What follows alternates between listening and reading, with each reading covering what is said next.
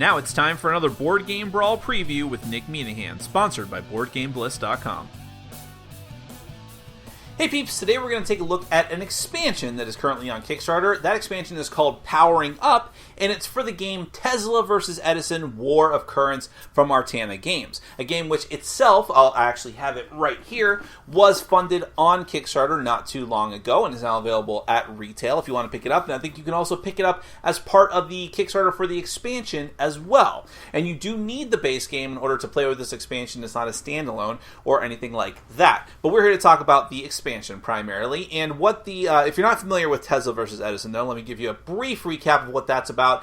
Each player takes control of a different famous inventor, including, of course, Tesla and Edison, as you are competing with each other, or you actually take the control of investors who are controlling or have a controlling interest in these inventors' companies, and you are trying to raise your stock prices as high as you can. You have control of different other assistants and luminaries, they call them, who are involved with these inventors, and you are just trying to come out on top in this war of currents.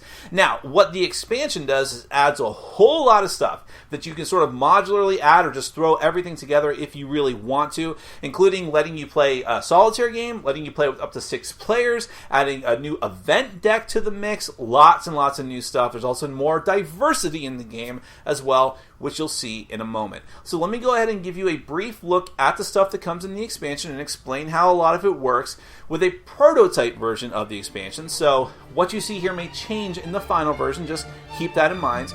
But then we're going to come back and I'll give you my final thoughts.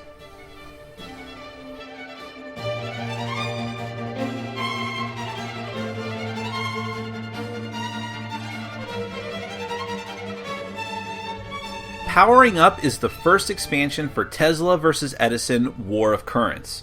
You'll need the base game to make use of it. The expansion adds content both big and small that can be easily integrated into the base game in a modular fashion. Most importantly, perhaps, is the fact that the expansion now allows the game to be played solitaire or with up to 6 players. First off, I will briefly mention that there have been a few major overhauls to the base game's rules if you use the expansion. Primarily, visiting the stock market is no longer an action you can take. Instead, it has been rolled up together with bookkeeping. A new action is now available, however, which I'll explain in a moment.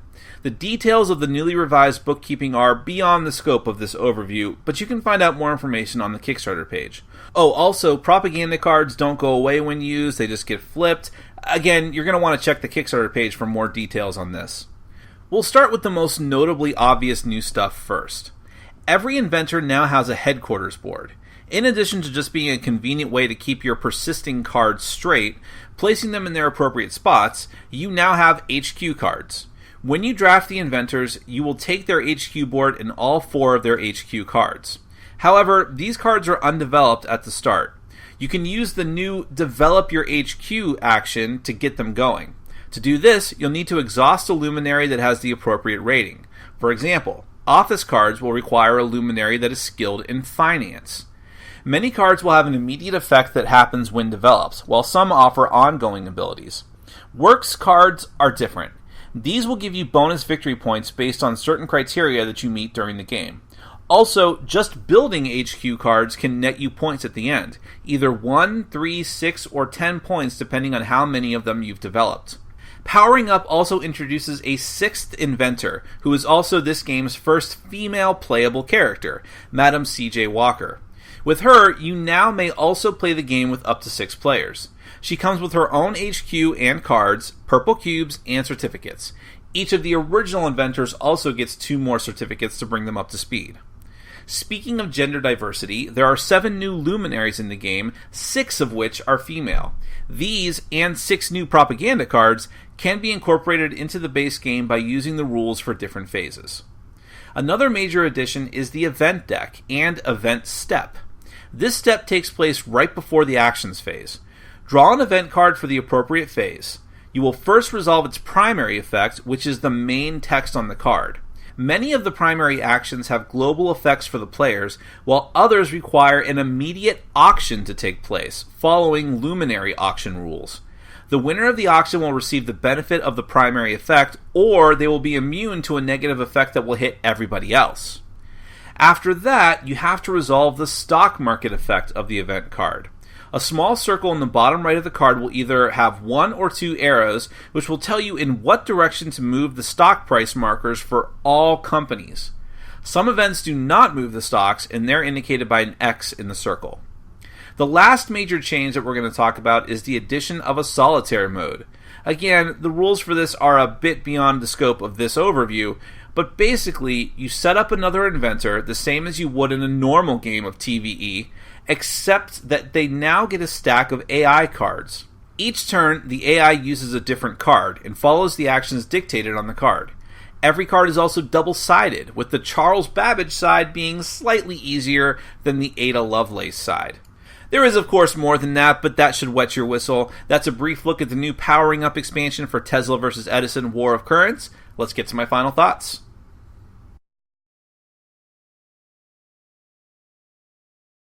Now, of course, if you're someone who really enjoys Tesla versus Edison, just the base game, you probably don't need an excuse to like it more, to get an expansion. You probably enjoy it just as it is, because I know that the fans of Tesla versus Edison are hardcore and really, really love that game. However, I think that even if you find that the base game is satisfactory, this expansion has so much content, and I can't imagine, I mean, the Kickstarter might even be adding more stuff and like more aspects to it. But even just from what I have experienced with the prototype that I have, there is so much to explore with this expansion that I think that even the hardcore fans of the base game who think it's perfectly fine as it is probably will not be able to resist themselves. First and foremost, just having more flexibility by being able to either play the game solitaire versus the AI decks, which is done in a very creative way because you have a different deck for every AI inventor that you'll be facing off against, and they have their own deck that has the different automated actions that they're going to take. That just adds a very interesting wrinkle to what, more so than a lot of other Euro-style games that have an AI mode.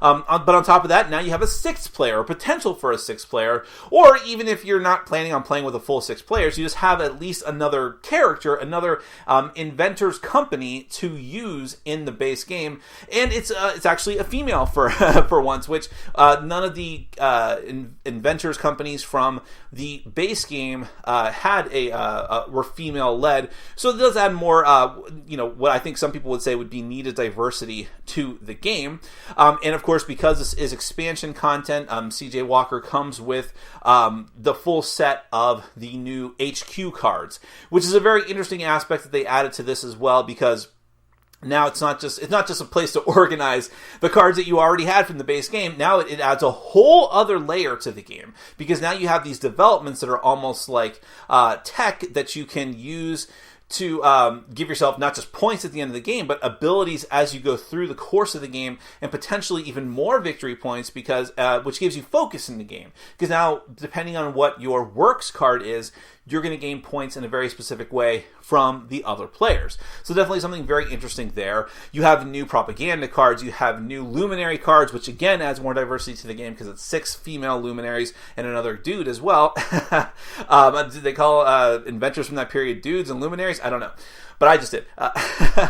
You also have the event deck, which adds a lot of interesting wrinkles, because it's not just, hey, flip a card, do this thing. It's flip a card, it may affect everybody, or you may have an auction all of the sudden that people can be competing for in order to have a beneficial effect, or just stop something bad from happening to you and make it happen to everybody else. On top of the stock exchange effect that's going to influence everybody potentially negatively. So just, or it may not at all. So it is an added layer of randomness, but because of the fact that it's either going to affect everybody or is going to be something that a certain player can have control over if they auction well enough, it's very interesting. I think it fits in with the game pretty well, and I think that even people who would normally be adverse to randomness may be okay with it for those reasons.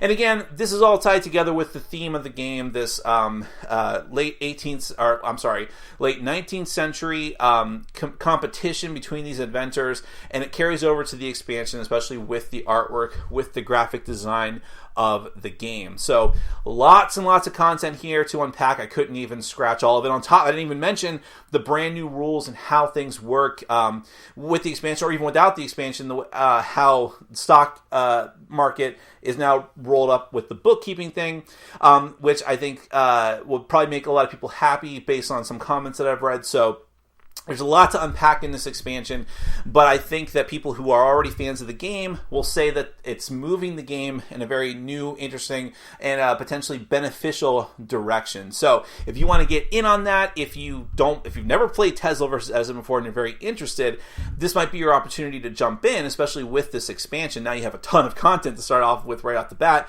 But of course, if you're already a fan of the game and you're like, do I really need an expansion? Hopefully this has helped you make up your mind on that. But you don't have to take my word for it. You can go to the official Kickstarter project page, find out even more information than I could possibly tell you here, see if they've unlocked anything really cool as well. I'm not sure at this point, but check that out and see if it's going to be right for you. That there's also going to be links up in the top corner of your screen as well as down in the description section of the video that take you to that Kickstarter project page.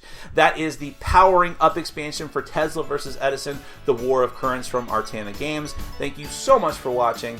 Take care. Thanks for watching. Follow us on Facebook, Twitter, and Patreon. And make sure to check out our sponsor, Board Game Bliss, where you can find an amazing selection of games from around the world. BoardGameBliss.com. Thanks for your support.